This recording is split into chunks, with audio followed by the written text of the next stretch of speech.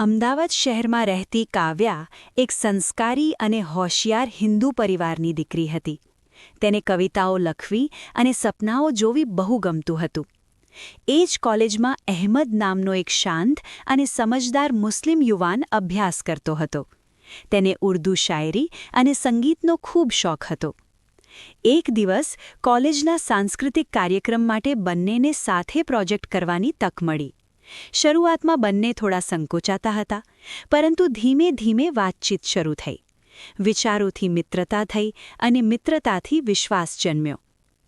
સમય સાથે આ વિશ્વાસ પ્રેમમાં બદલાઈ ગયો, પરંતુ જ્યારે પરિવારને ખબર પડી ત્યારે શરૂઆતમાં વિરોધ થયો.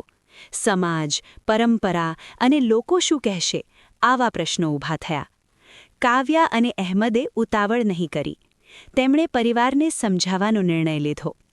અહેમદે કાવ્યાના માતાપિતાને વચન આપ્યું કે તે કાવ્યાની આસ્થા અને સંસ્કૃતિનો હંમેશા સન્માન કરશે.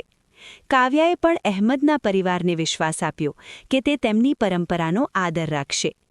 સમય જતાં બંને પરિવારોને સમજાયું કે સાચો પ્રેમ ભેદભાવથી મોટો હોય છે.